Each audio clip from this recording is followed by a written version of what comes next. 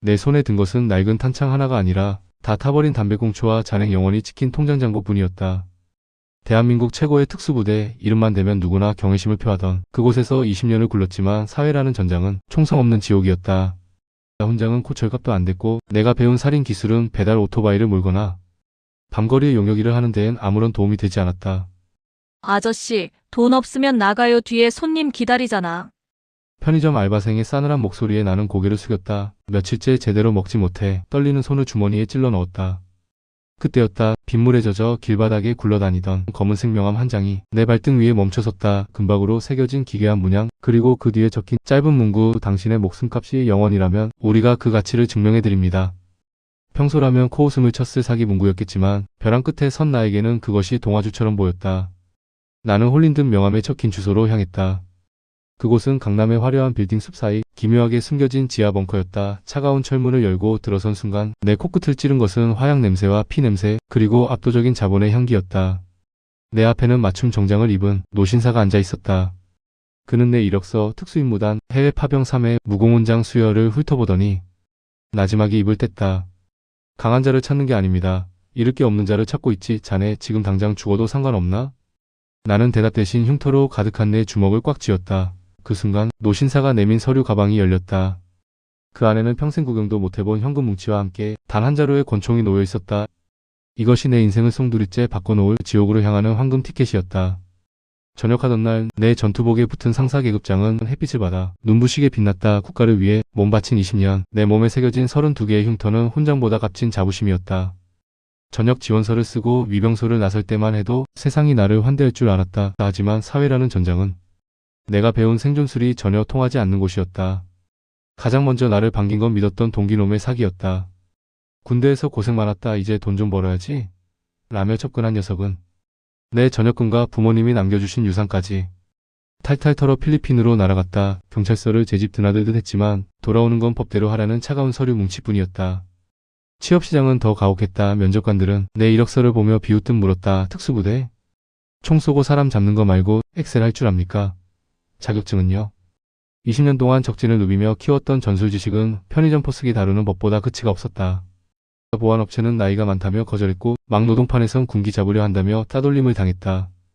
그렇게 2년이 흘렀다. 원룸 월세는 6개월째 밀렸고 마지막 남은 전기가 끊긴 밤 나는 촛불 하나를 켜놓고 내 훈장을 바라봤다. 국가를 지켰다는 자부심은 이제 비참한 자괴감이 되어 나를 갉아먹고 있었다. 이게 내가 목숨 걸고 지킨 나라의 대답인가? 라면 한 봉지를 사기 위해 주머니를 뒤졌지만 나오는 건 먼지뿐이었다. 배고픔보다 더 무서운 건 내일이 오늘보다 나아질 거라는 희망이 전혀 보이지 않는다는 사실이었다. 나는 결국 전당포로 향했다. 내 마지막 자존심이었던 임관식 때 받은 대검과 훈장을 10,000원짜리 몇 장에 팔아치우고 돌아오는 길에 비가 내리기 시작했다. 그 비를 쫄딱 맞으며 걷던 내 눈앞에 아까 그 검은 명함이 나타난 것이다. 우연이라기엔 너무나 필연적인, 마치 내가 바닥을 치기만을 기다렸다는 듯이 발밑에 놓여있던 그 초대장 말이다. 노신사가 내민 서류 가방 안에 현금 뭉치는 달콤한 똑사 같았다. 이 돈의 절반은 성금이다. 나머지 절반은 내일 아침 네가 살아있다면 받게 될 거야. 그의 목소리는 감정이 메말라 있었다.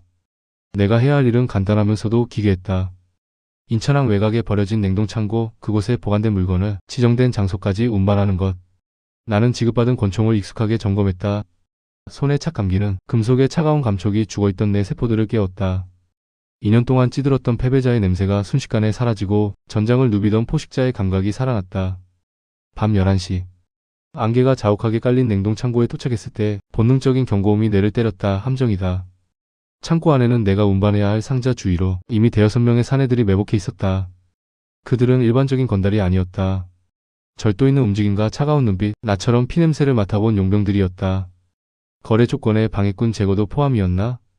내 혼잣말이 끝나기도 전에 어둠 속에서 불꽃이 튀었다. 텅 빈 창고 안에 고막을 찢는 총성이 울려 퍼졌고 나는 반사적으로 몸을 날려 지게차 뒤로 숨었다. 심장이 터질 듯 뛰었지만 입가에는 기묘한 미소가 번졌다. 방금 전까지 편의점에서 쫓겨나던 거지 같던 삶이 지금 이 순간 가장 뜨거운 삶으로 바뀌고 있었다. 나는 바닥에 떨어진 쇠파이프를 발로 차 시선을 분산시킨 뒤 단 2발의 사격으로 선두에 선 놈의 허벅지와 어깨를 뚫었다. 이건 단순한 운반 작업이 아니었다. 누군가 내 실력을 테스트하고 있는 면접이었다. 냉동창고의 차가운 공기 속에서 화약 연기가 흩어졌다. 바닥에 쓰러진 놈들은 숨이 붙어 있었지만 더 이상 움직이지 못했다. 나는 거친 숨을 몰아쉬며 문제의 상자로 다가갔다. 금괴? 마약? 아니면 누군가의 목숨가? 온갖 추측이 머릿속을 스쳤다. 떨리는 손으로 상자의 잠금 장치를 풀고 뚜껑을 열었을 때 나는 그대로 굳어버렸다. 상자 안에 든 것은 금덩어리도 검은 가루도 아니었다. 그것은 99년 노트북 한 대와 낡은 인식표 10여 개였다. 인식표에 새겨진 이름들을 확인하는 순간 내 온몸에 피가 거꾸로 솟구쳤다. 이건 5년 전 유령 작전 때 실종된 우리 팀원들 거잖아. 국가는 그들이 작전 중 전사했다고 발표했고 시신조차 찾지 못해 가묘를 썼다. 그런데 왜 그들의 인식표가 이런 지하 세계 밀거래 현장에 있는 것일까? 그때 열려있던 노트북 화면이 치직거리며 켜졌다. 화면에는 붉은색 글자가 선명하게 떠올랐다. 테스트 통과 기아를 아레나의 정식 플레이어로 임명합니다. 그제야 깨달았다. 명함을 준 노신사도 나를 습격한 용병들도 모두 거대한 연극의 일부였다는 것을. 나는 분노로 몸을 떨며 노트북을 부수려 했지만 다음 문장이 내 손을 멈추게 했다. 팀원들의 생존 여부를 알고 싶다면 다음 좌표로 이동하십시오. 단 실패의 대가는 목숨입니다. 내 인생이 뒤바뀌는 소리가 들렸다. 이건 단순히 돈을 벌 수 있는 황금 같은 기회가 아니었다. 죽은 줄 알았던 형제들을 찾을 수 있는, 그리고 나를 버린 세상에 복수할 수 있는 유일한 통로였다. 나는 주머니에 있던 편의점 영수증을 찢어버리고 대신 팀원들의 인식표를 목에 걸었다. 거지 같던 삶은 끝났다. 이제부터는 사냥개로 돌아갈 시간이다. 노트북 화면에 찍힌 좌표는 서해안의 한 외딴 섬을 가리키고 있었다. 나는 노신사가 준 성금으로 가장 먼저 최고급 전술 장비와 저격 소총을 구입했다. 며칠 전만 해도 유통기한 지난 삼각김밥을 걱정하던 내 손에는 이제 수천만 원짜리 야간 투시경이 들려 있었다. 좌표지에 도착하자 거대한 해안 절벽 아래 숨겨진 초호화 요새가 모습을 드러냈다. 그곳은 전 세계의 정재계 거물들이 거액의 판돈을 걸고 용병들의 생존 게임을 관람하는 이른바 아레나였다. 노신사는 그곳의 설계자 중 한 명이었고 나를 자신의 말로 선택한 것이었다. 이곳에서 살아남는 매 순간 자네 계좌의 숫자는 자네가 상상도 못할 속도로 늘어날 거네. 그의 말은 사실이었다. 첫 번째 공식 매치가 시작되기도 전에 내 휴대폰에는 1억 원이라는 숫자가 찍힌 입금 알람이 울렸다.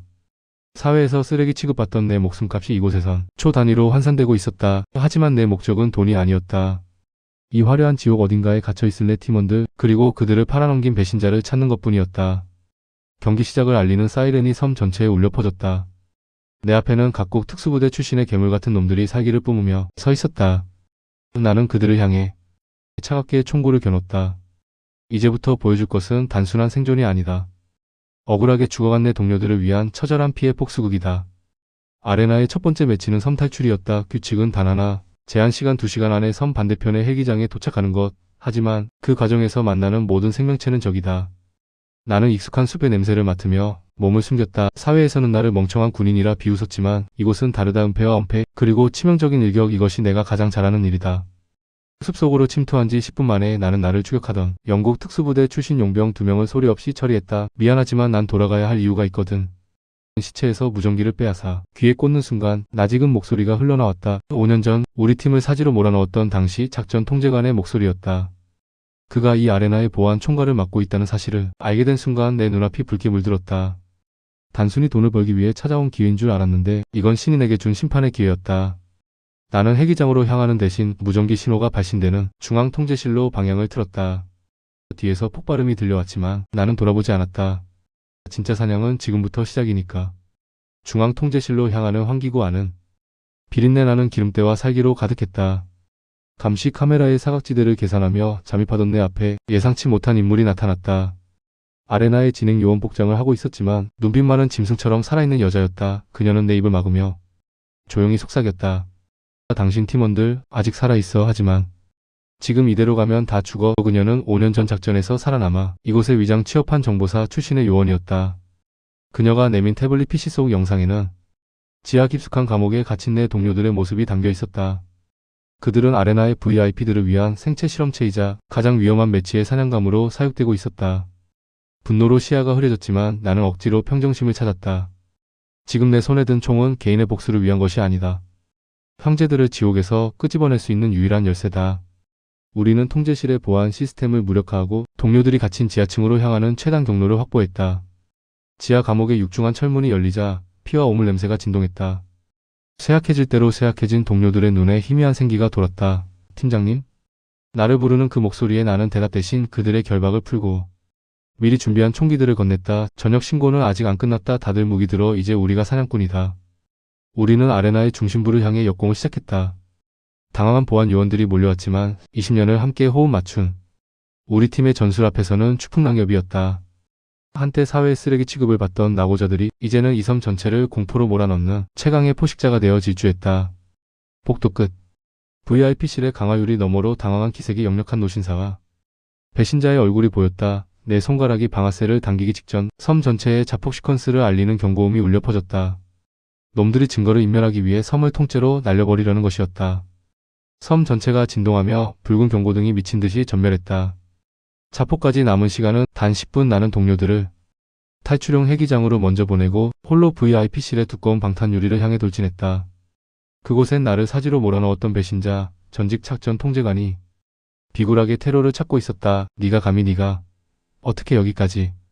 놈이 소리치며 권총을 뽑아들었지만 내 분노의 속도가 더 빨랐다. 나는 놈의 손목을 꺾고 그를 바닥에 맺혔다. 5년 전 국가와 동료를 팔아치운 대가로 누렸을 화려한 삶이 그의 눈앞에서 무너지고 있었다. 나는 놈의 가슴팍에 우리 팀원들의 이름이 새겨진 인식표 하나를 박아 넣었다. 이건 네가 죽인 줄 알았던 유령들의 초대장이다. 폭발의 화염이 발밑까지 차오른 순간 나는 놈을 지옥의 불빛 속에 버려둔 채 창문을 깨고 바다로 몸을 던졌다. 뒤에 흩어진 거대한 폭발음이 섬 전체를 집어삼켰고 아레나라는 추악한 낙원은 지도 위에서 영원히 사라졌다. 한 달 뒤 나는 평범한 카페 창가에 앉아 김이 모락모락 나는 커피를 마시고 있다. 내 앞에는 건강을 회복한 팀원들이 웃으며 담소를 나누고 있다. 세상은 여전히 우리가 아레나에서 무슨 일을 벌였는지 알지 못한다. 공식적으로 우리는 여전히 전사자이거나 행방불명자다. 하지만 내 계좌에는 노신사가 약속했던, 아니 그가 죽으면 남긴 천문학적인 액수의 자금이 들어와 있다. 거지 같던 삶을 청산하기엔 차고 넘치는 금액이다. 하지만 나는 그 돈을 화려한 생활에 쓰지 않기로 했다.